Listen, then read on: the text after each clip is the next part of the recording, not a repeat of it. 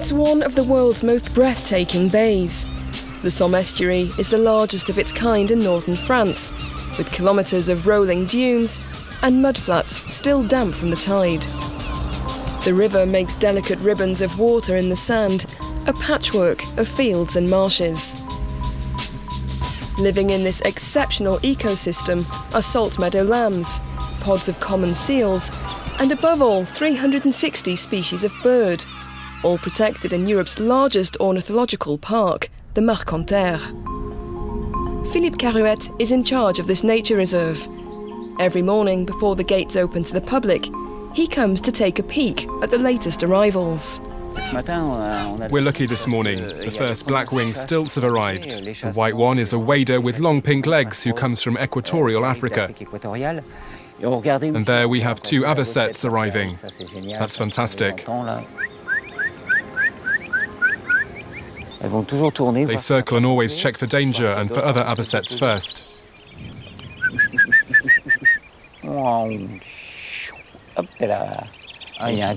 there's a flock of oyster catchers. You can hear them all now. And then we have some ciconia storks, which are in their nest.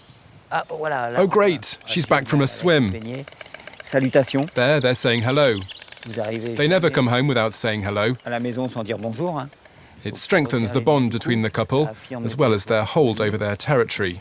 They'll take turns now to sit on the eggs.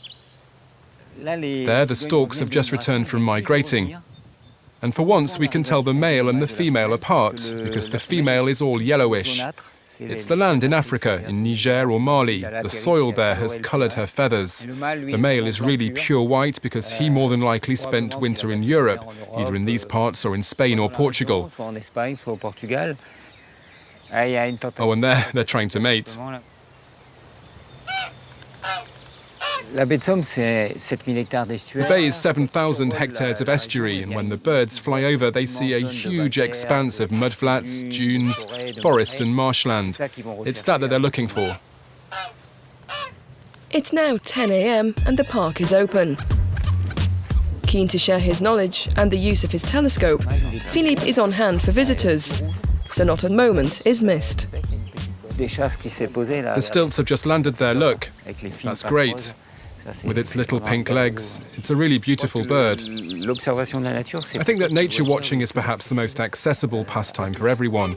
You don't need to have amazing equipment, just your eyes and ears. It's life that is really accessible to anyone.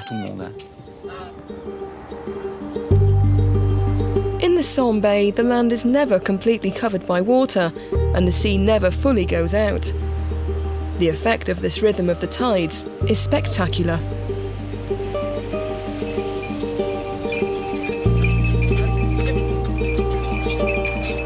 Dominique Coquet is a tour guide. He knows all the best secrets, as well as the danger zones of the bay. This afternoon, the sea is at low tide. It's one of the best preserved places of the entire French coastline. The tide goes out by as much as 14 kilometres. It's really one of the few places, with perhaps the Mont Saint-Michel, where the ebb and flow of the tide is really very important.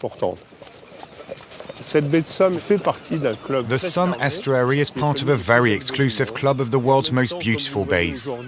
As you can see, today it's a bit misty. It's almost like an abstract painting. It's a place where all the greys and beiges are completely merged together. Because of this, the bay has this air of purity.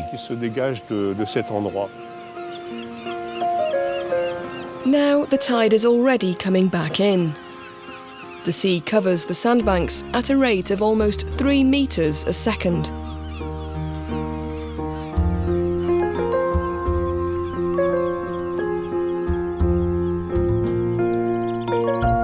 The evening sun illuminates one of the most beautiful spots of the bird sanctuary, the heronry, where 6 species of wader are nesting.